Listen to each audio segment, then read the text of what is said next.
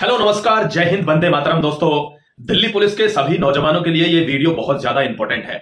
बहुत ध्यान से इस वीडियो को देख लेना, ज्यादा लंबा नहीं है, 2 से 3 मिनट का वीडियो रहेगा। इसमें वो महत्वपूर्ण बात बताने वाला हूं जो आपके आगे की 1 साल का निर्धारण कर सकती है। दोस्तों, बात कर रहा हूं दिल्ली पुलिस की भर्ती की, चाहे वो हेड कांस्टेबल मिनिस्ट्रियल हो, चाहे वो कांस्टेबल हो, एग्जीक्यूटिव कांस्टेबल, या फिर वो एडब्ल्यूओ टीपी हो, या वो ड्राइवर। आपने देखा होगा दिल्ली पुलिस में आपस में भी बहुत कंपटीशन है।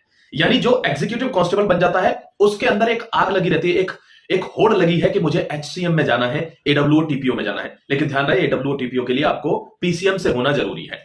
ठीक है, यानी आपके 12th में पीसीएम होना जरूरी है। दूसरी सबसे महत्वपूर्ण बात आपको बता देता हूं। तो आज बात करते हैं Delhi police head constable ministerial के लिए बेस्ट बुक की, जो चक्षु प्रकाशन की है। अगर आप तैयारी करते हैं हेड कांस्टेबल मिनिस्ट्रियल के लिए, दिल्ली पुलिस के इस एग्जाम के लिए, तो आपके लिए एक बेस्ट बुक है जो चक्षु प्रकाशन ने निकाली है। और इस बुक का रिव्यू बहुत जबरदस्त रहा है। इस बुक के लिए बच्चों ने एक बात कही है कि अगर आप एक्चुअली पेपर निकालना चाहते हैं तो आप इस स्टडी गाइड को परचेज कर सकते हैं जो चक्षु प्रकाशन की है। दोस्तों, इसमें खास क्या चीज है?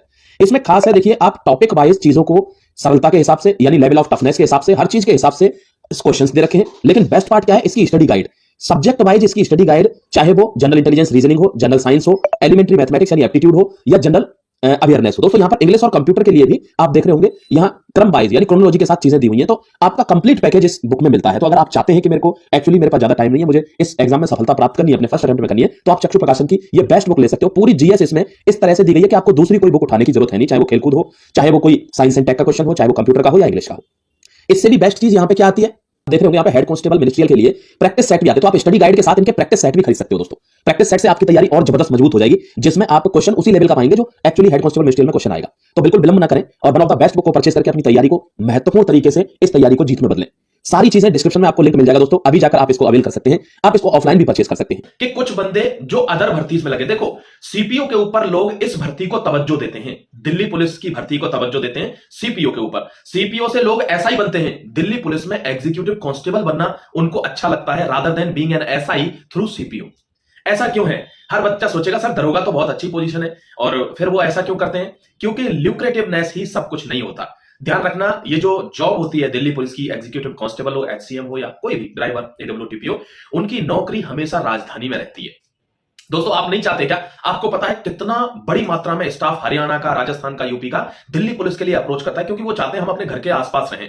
वहीं पे आप सीपीओ के थ्रू, चाहे सीआरपीएफ हो, सीआईएसएफ हो, बीएसएफ हो, कहीं भी आप ऐसा ही बनते हैं, तो पोस्टिंग बहुत दूर दूर रहती है, समटाइम्स हिली एरियाज में रहती है। तो वहां से फिर जॉब, जब सिक्योरिटी मिल जाती है तब तो खुशी होती है, लेकिन आफ्टर सम टाइम उनको क्या फील होता है कि यार बहुत दूर आ गए यार, इससे अच्छा दिल्ली में कहीं नौकरी लगती तो अच्छा रहता। सैलरी भले ही 5,000 रुपए कम रहती, लेकिन अब तो वो मसला भी खत्म हो गया, सैलरी भी जबरदस्त है। अब एचसीएम की जो भर्ती है ना, वो गोल्डन अपॉर्चुनिटी कहते हैं उसको, हमेशा से ही।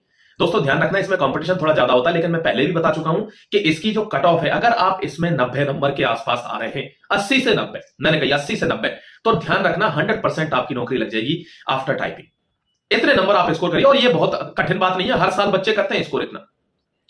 इस बार वैकेंसी, अभी वैकेंसी का लोग असमंजस में है, कितने 500 के आसपास वैकेंसी आएंगी, घबराने की जरूरत नहीं है। सिलेबस आप जानते हैं, मैथमेटिक्स, रीजनिंग, इंग्लिश, जीके और कंप्यूटर।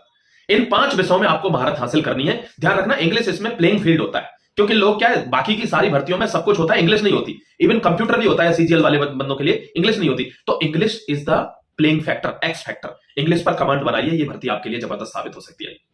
दोस्तों, ध्यान रखना, दिल्ली पुलिस में लोग अलग अलग जगह से नौकरी छोड़ के आते हैं। कितने लोग अपनी स्टेट पुलिस की नौकरी छोड़ के दिल्ली पुलिस के लिए आते हैं? क्योंकि दिल्ली राजधानी है भाई, सेंटर के अंदर है। आपको कोई इस तरीके से जैसे स्टेट में छेड़ देते हैं, नहीं छेड़ सकता इधर।